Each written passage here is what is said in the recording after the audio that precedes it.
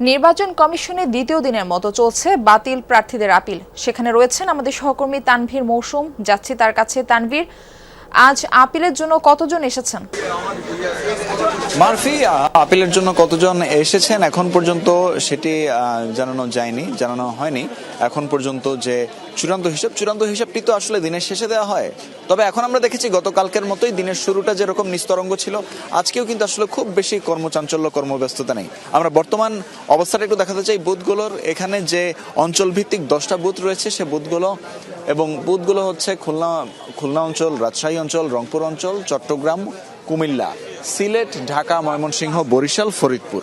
এই 10টা অঞ্চল ভিত্তিক বুথ ছাড়াও একটি কেন্দ্রীয় বুথ থাকছে।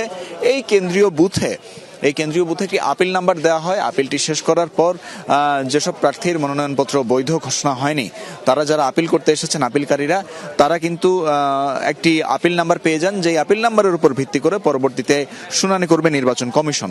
সে অনুযায়ী কাজ চলছে। এবং এই যে এখানে যে আপিলগুলো করা হচ্ছে, সেই আপিলটি করা যাবে আগামী শুক্রবার পর্যন্ত। এবং শুক্রবারের পর শনিবার থেকে টানা 1 সপ্তাহ চলবে শুনানি।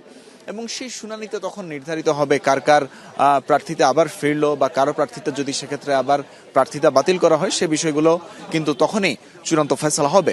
গতকালকে যেরকমটি নির্বাচন কমিশনের সিনিয়র সচিব আক্তার আহমেদ বলছিলেন যে সংক্ষুব্ধ যে কেউই আসলে আপিল করতে পারেন। সেটি কারো প্রার্থীতার বিরুদ্ধে যদি তারা আপিল করতে চান, সেটি যেমন তারা করতে পারবেন। কেউ প্রার্থীতা কেন পেল সেটি নিয়ে যেরকম আপিল করতে পারবেন, কেন তারা প্রার্থীতা পেলেন না সেটি নিয়েও কিন্তু আপিলের ব্যাপারে তারা বিভিন্ন ধরনের আপিল করতে পারবেন।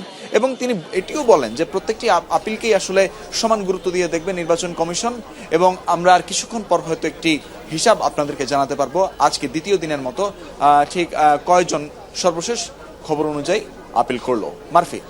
তানভীর, আপনি আমাদের সঙ্গেই থাকুন। পরবর্তীতে আমরা আবার আপনার কাছে ফেরার চেষ্টা করব। ধন্যবাদ আপনাকে।